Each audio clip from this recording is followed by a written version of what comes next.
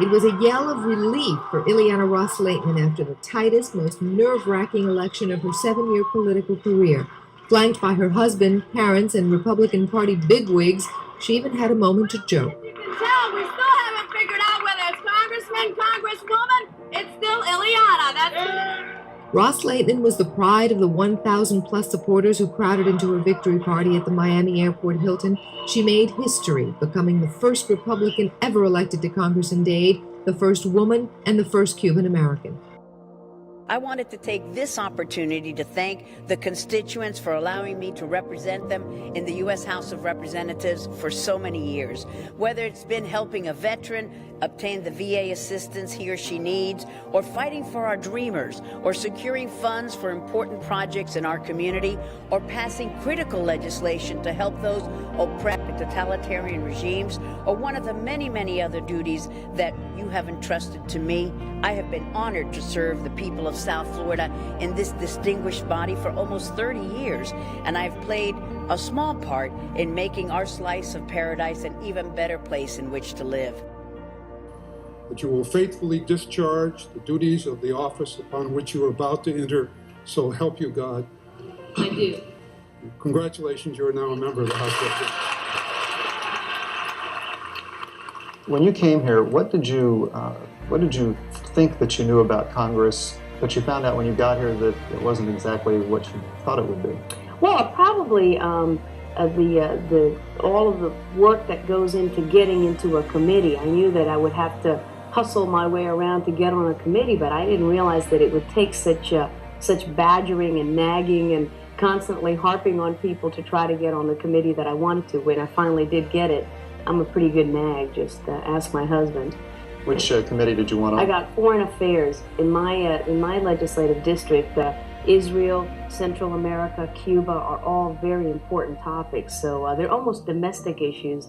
They may be foreign affairs to somewhere else, but in Miami, foreign affairs are domestic affairs. So I really wanted to get on that committee, and I was glad I did.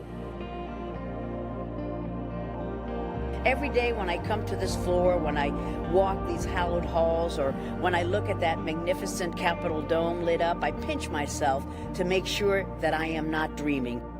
And that is because as a political refugee, I have a unique perspective on the greatness of our nation. America opened its arms to my family and to me as we fled the communist Castro regime. When we arrived in Miami, it was in one of the last commercial flights out of Cuba. I was only 8 years old.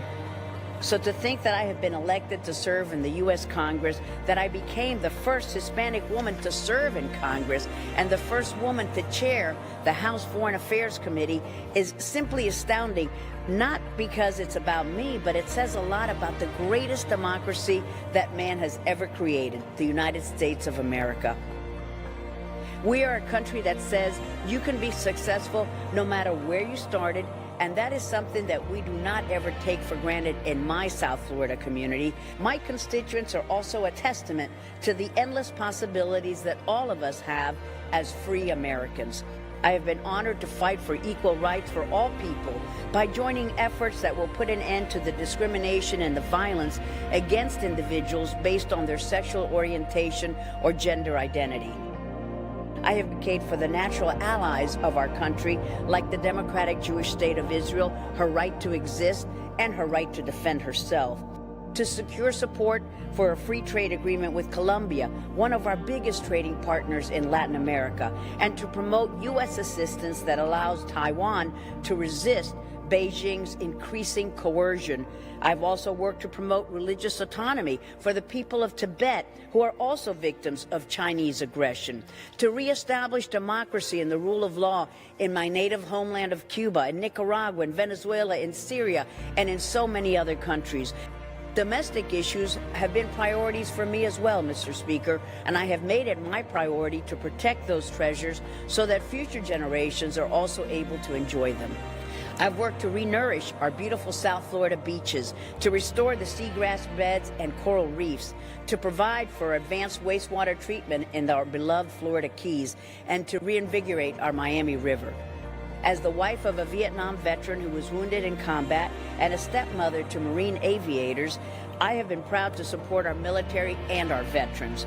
During my time in Congress, I authored legislation awarding the Congressional Gold Medal to the World War II Women Air Force Service Pilots, WASP, and supported efforts to reinstate burial rights at Arlington National Cemetery to these women pioneers. Mr. Speaker, each one of these issues are important not only to me, but to our community in South Florida, and I will carry them wherever I go next. It truly has been the highest honor of my professional life to represent the great people of South Florida. I'm excited to start a new chapter in my life, and for whatever life throws at me, all I have to say is, put me in, Coach. Muchas gracias. Thank you so much, Mr. Speaker.